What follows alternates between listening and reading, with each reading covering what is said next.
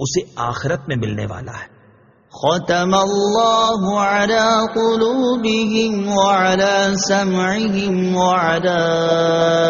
ابصارہم غشاوہ وَلَهُمْ عَذَابٌ عَظِيمٌ۔ ترجمہ: اللہ نے ان کے دلوں پر اور ان کے کانوں پر مہر لگا دی ہے اور ان کی آنکھوں پر پردہ پڑا ہوا ہے اور ان کے لیے بہت بڑا عذاب ہے۔ ختم اللہ، اللہ نے مہر لگا دی۔ تفسیر صراط الجنان میں ہے، ارشاد فرمایا کہ ان کافروں کا ایمان سے محروم رہنے کا سبب یہ ہے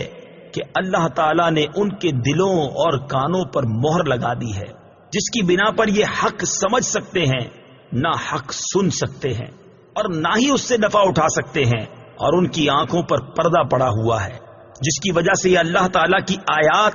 اور اس کی وحدانیت کے دلائل دیکھ نہیں سکتے،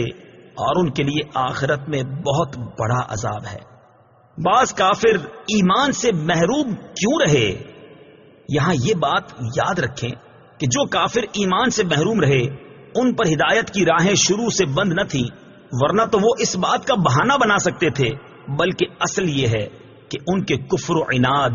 سرکشی و بے دینی، حق کی مخالفت اور انبیاء کرام علیہ الصلوۃ والسلام سے عداوت کے انجام کے طور پر ان کے دلوں اور کانوں پر مہر لگی اور آنکھوں پر پردے پڑ گئے۔ یہ ایسے ہی ہے جیسے کوئی شخص طبیب کی مخالفت کرے اور زہر قاتل کھا لے اور اس کے لیے دوا فائدہ مند نہ رہے، اور طبیب کہہ دے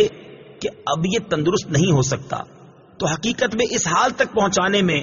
اس آدمی کی اپنی کرتوتوں کا ہاتھ ہے، نہ کہ طبیب کے کہنے کا، لہذا وہ خود ہی ملامت کا مستحق ہے، طبیب پر اعتراض نہیں کر سکتا۔